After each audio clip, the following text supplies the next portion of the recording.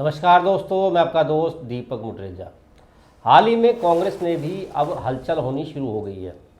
कांग्रेस ने हरियाणा प्रदेश में प्रभारियों की नियुक्ति कर दी है। हालांकि बार बार ये कहा जा रहा था, आरोप लगाए जा रहे थे कि कांग्रेस की हार का कारण उनके संगठन का मजबूत ना होना था, जिसकी वजह से कांग्रेस को 3 बार हारना पड़ा।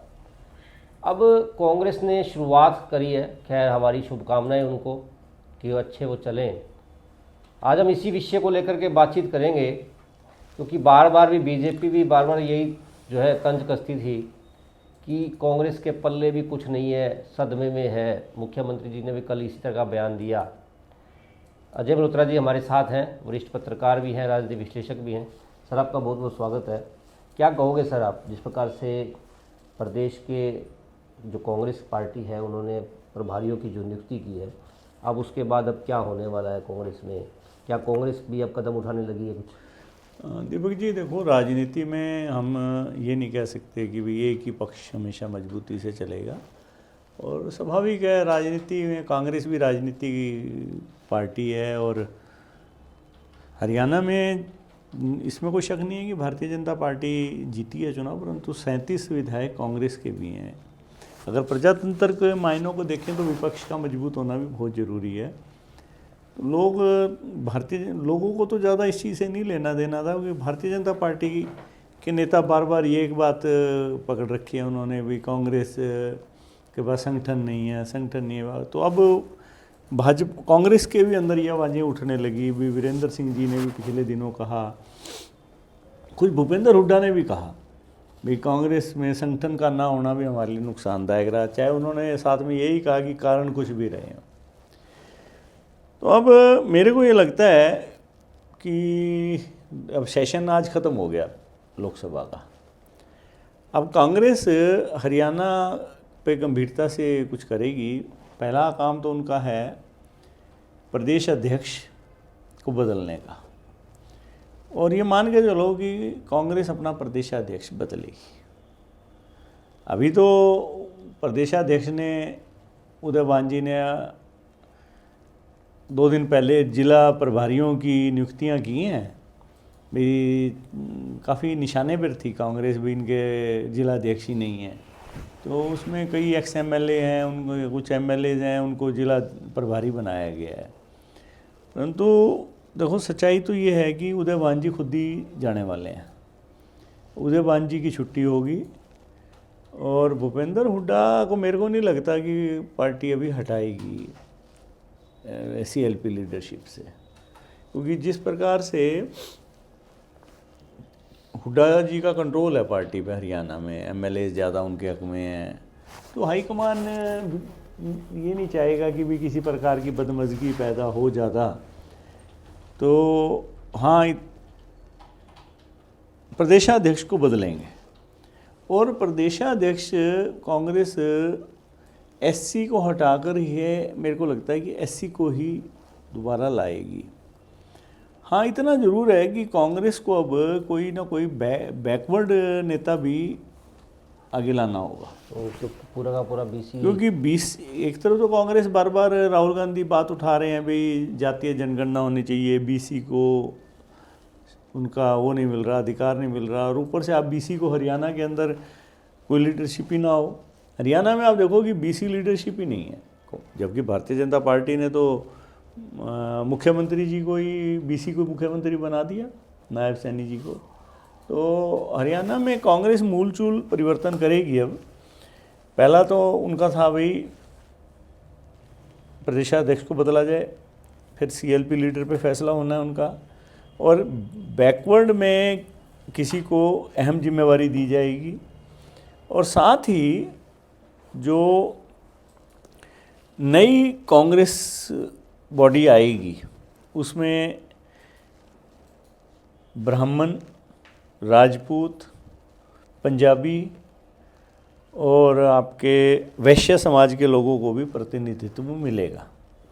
हमारे जो सूत्र बताते हैं कि ये सारा खाका कांग्रेस ने लगभग तैयार कर लिया है, और नए साल में ये नई बॉडी की घोषणा हो जाएगी।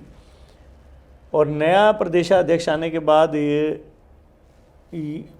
जो टाइम गैप के लिए प्रभारी बनाए गए हैं, फिर ये तब तक डिफंक्ट कर दिए जाएंगे, हटा दिया जाएगा इनको, क्योंकि फिर नए जिलाध्यक्ष भी बनेंगे। मतलब 2025 के अंदर कांग्रेस के अंदर कुछ हलचल होने की संभावनाएं पूर्ण रूप से हैं। और यूथ कांग्रेस के चुनाव भी उन्होंने हरियाणा के घोषित कर दिए हैं जी। और क्योंकि यूथ कांग्रेस से शुरुआत करी है उन्होंने, तो यूथ कांग्रेस के भी नए चुनाव, मतलब कि कुल मिला के ये है कि कांग्रेस जो बिल्कुल चुनाव के बाद दिखाई दे रहा था भी चुपचाप बैठ गई है, ऐसा नहीं है। कांग्रेस वाले भी अपना काम में लगे हुए हैं और आने वाले जनवरी माह में कांग्रेस की गतिविधियां आपको दिखाई देने लगेंगी। प्रदेशाध्यक्ष की जहाँ तक बात करें सर, क्या सवाल बार बार उठ रहे हैं कि शायद उदय भानजी को हटाया जाएगा, तो कोई जो है नया प्रदेशाध्यक्ष भी बनाएगी कांग्रेस। ज़्यादा क्या लगता है सर, किसको बनाया जा सकता है? कांग्रेस देखो ज़्यादा चांसेस एससी में से भी हैं, क्योंकि जिस प्रकार से आप लोकसभा में देख रहे हो 2-4 दिन से ये अंबेडकर जी को लेकर इश्यू उठा हुआ है, तो कांग्रेस हरियाणा में एससी समाज में से किसी को बनाना चाहेगी। परंतु साथ ही कांग्रेस के जो सेकंड थॉट आ रहा है वो किसी बैकवर्ड को भी बनाने का उनका प्लान है, भाई किसी बैकवर्ड को कमा एससी या बीसी में से एक को हरियाणा में प्रदेशाध्यक्ष बनाया जाएगा। हाँ, इतना तय है, उदय भानजी नहीं होंगे अब। और कांग्रेस की जो का मेन फोकस है इस समय एससी, बीसी और जाट वोटों पे, तीनों पे ज़्यादा फोकस रहेगा। ये पदाधिकारी बना के, और जो फिर स्वर्ण जातियाँ कहते हैं जिनको, जनरल कास्ट के लोग हैं, उनके नेताओं को भी कहीं ना कहीं पार्टी के पदों पर बिठाया जाएगा।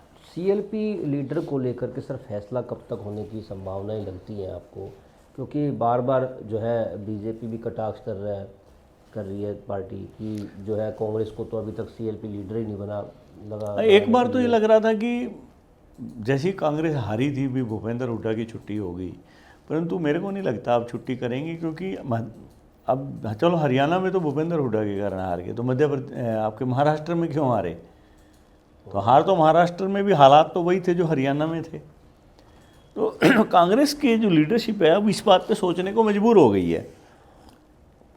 तो अब ऐसे मौके पे भूपेंद्र हुड्डा को हटाने का मतलब है कि जाट वोट जो कि कांग्रेस के साथ खड़ा है उसको फिर एकदम से उसको भी छोड़ना, बाकी तो गैर जाट तो पहले ही टूट के गया, अब जाट भी टूट के चला जाएगा। या यूँ कहा जाए कि कांग्रेस भी अब फूक के कदम रख रही है, धीरे-धीरे बेशक से चल रही है, लेकिन इस तरह से चल रही है ताकि सब चीज़ों को समझ करके काम किया जाए। दीपक जी, सबसे बड़ी बात क्या है कि 2025 में आपकी नई जनगणना होनी है और फिर 2026 में नई हदबंदी होएगी, तो इन दोनों को ध्यान में रखते हुए कांग्रेस भी सोच रही है भाई तरीके से फूक के कदम रखा जाए। हाँ, अब ये नगर निगम के चुनाव आ गए, अब कांग्रेस ने पहले तो सिंबल पे नहीं लड़े यहाँ से चुनाव, अब भी सिंबल पे लड़ती है या नहीं लड़ती है कांग्रेस, ये अलग विषय है। तो इन्हीं बातों को ध्यान में रखते हुए मेरे को लगता है कि ये जिलों के प्रभारी बनाए गए हैं, क्योंकि भाई अगर लड़ना पड़ जाए चुनाव किन्हीं हालात के अंदर, या फिर इस तरह से कोई प्रॉक्सी कैंडिडेट खड़े करने पड़ जाएं, तो कांग्रेस ने अब तैयारी अपनी शुरू कर दी है। और कांग्रेस ऐसी बात नहीं है, राष्ट्रीय स्तर पर 100 सीटें कांग्रेस ने जीती हैं और भारतीय जनता पार्टी ने 240 जीती हैं, तो एक ऐसी बात इम्बैलेंस इतना नहीं है। पहले तो देखो ना, कांग्रेस 40-50 के बीच में थी, तो कांग्रेस राष्ट्रीय स्तर पर आपने देखा होगा लोकसभा में पूरा अब की बार गुत्थम गुत्था रही है। राहुल गांधी जी भी लगातार आवाज़ें उठाते रहे। हाँ, तो कांग्रेस भी अब संगठन को लेकर थोड़ी सी मेरे को लगता है कि तैयारी पे है और जनवरी-फरवरी में कांग्रेस के नया संगठन हरियाणा में देखने को मिलेगा। बिल्कुल दोस्तों, ये एक बड़ी खबर है कि नए साल के अंदर कांग्रेस का जो नया संगठन जो है वो बनने वाला है, ऐसी सूचनाएं मिल रही हैं, क्योंकि उसकी शुरुआत भी जो है वो हो चुकी है। और अगर संगठन बनता है तो कहीं ना कहीं कांग्रेस को मजबूती भी मिलेगी, ऐसी संभावनाएं भी है, क्योंकि आगे फिर चुनाव भी हैं।